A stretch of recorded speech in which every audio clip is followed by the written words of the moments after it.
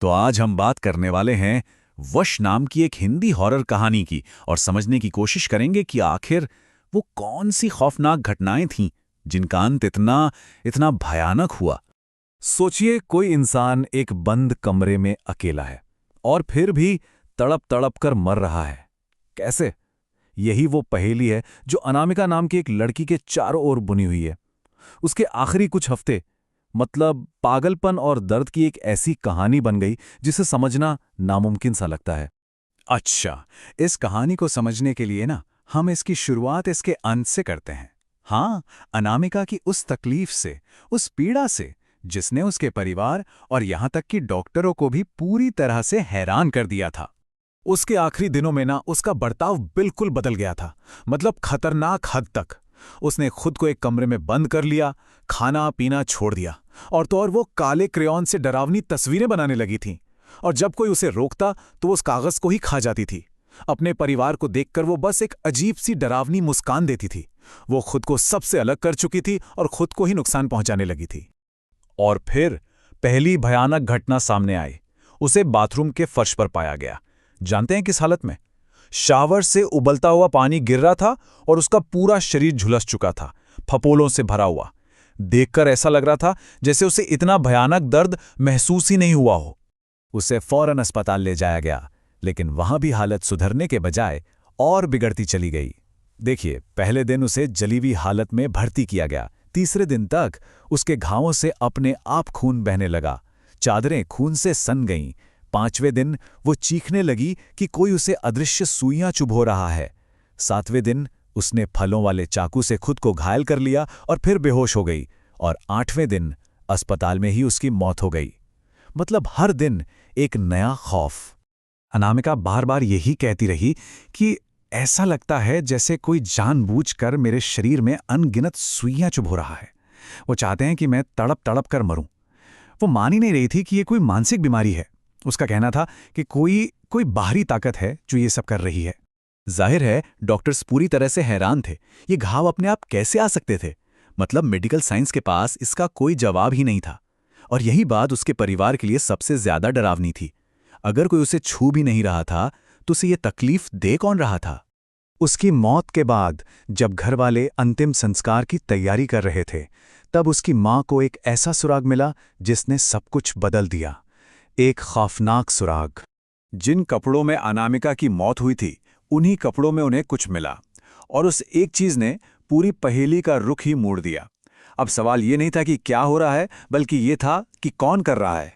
वो चीज थी एक काली गुड़िया, और उस गुड़िया में अनगिनत सुइयां चुभ हुई गई थीं। ये वुडू डॉल जैसी कोई चीज थी जो साफ इशारा कर रही थी कि अनामिका की मौत की वजह कोई बीमारी नहीं, बल्कि कुछ और ही है, कुछ अलौकिक। और फिर जो हुआ वो यकीन से परे था। जैसे ही उसकी मां ने उस गुड़िया से एक सुई निकाली, गुड़िया से खून की एक बूंद निकली। और ठीक उसी पल अनामिका के शरीर पर भी उसी जगह से खून बहने लगा। अब ये बात साफ हो चुकी थी, ये कोई वहम नहीं था, ये एक सोची समझी साजिश थी। तो सवाल ये है कि आखिर ऐसा कौन कर सकता है और क्यों? इसका जवाब जानने के लिए हमें कहानी में 1 साल पीछे जाना होगा। कॉलेज के दिनों में, जब एक छोटी सी बातचीत ने 2 लोगों की किस्मत हमेशा के लिए लिख दी थी। तो कहानी के 2 मुख्य किरदार हैं।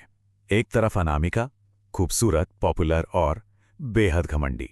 और दूसरी तरफ मेहुल, शांत, शर्मीला सा और एक बहुत ही साधारण परिवार से। मतलब दोनों एक दूसरे से बिल्कुल अलग। मेहुल सालों से अनामिका को चुपचाप पसंद करता था।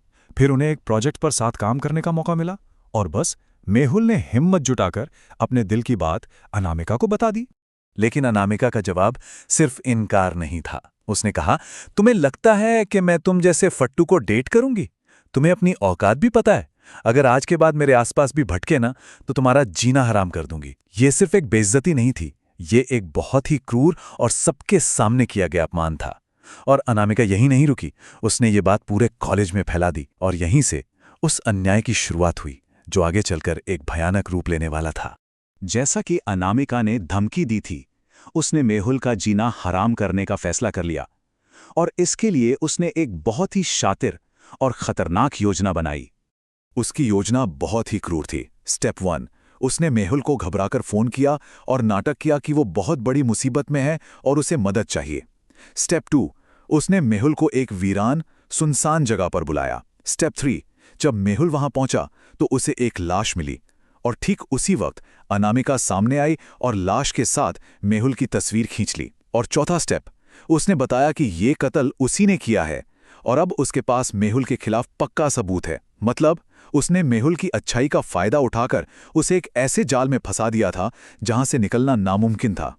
अब मेहुल चीखता रहा, चिल्लाता रहा कि वो बेगुनाह है, लेकिन सबूत तो उसके खिलाफ थे। और सिस्टम ने भी उसका साथ नहीं दिया। उसे गिरफ्तार करके जेल भेज दिया गया। किसी ने भी उसकी कहानी पर यकीन नहीं किया। जेल में उसकी मानसिक हालत तेजी से बिगड़ने लगी। वो खुद को चोट पहुंचाता और बस यही बड़बड़ाता रहता, मैंने नहीं किया।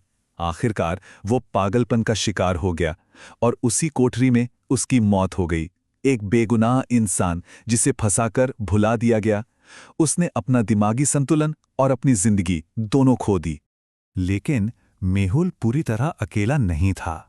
दुनिया में एक इंसान था जो सच जानता था और उसने ठान लिया था कि अपने बेटे की मौत को इस कहानी का अंत नहीं बनने देगी। वो थी मेहुल की माँ, उसका इकलौता परिवार। उन्होंने ही अपने बेटे का अंतिम संस्कार किया और उस वक्त उनकी आंखों में दुख से ज्यादा कुछ और था। वो थी इंतकाम की आग। वो जानती थीं कि उनका बेटा बेगुनाह है और उसे अनामिका ने जानबूझकर बर्बाद किया है। और उन्होंने कसम खाई, तू भी वैसे ही मरेगी जैसे मेरा बेटा मरा है। उसे बिना वजह मारा गया, मैं तुझे इसके लिए तड़पाऊंगी। और यही वो कसम थी जो मेहुल की दर्दनाक मौत को अनामिका की पीड़ा से जोड़ती है। और यहीं से उस काली गुड़िया और उन सुइयों का राज भी खुलता है। तो कहानी का एक चक्कर तो पूरा हो गया। एक अन्याय का बदला दूसरे अन्याय से लिया गया। लेकिन यहां एक बहुत बड़ा सवाल खड़ा होता है, क्या ये इंसाफ था? क्या एक बुराई को खत्म करने के लिए की गई दूसरी बुराई कभी सही हो सकती है?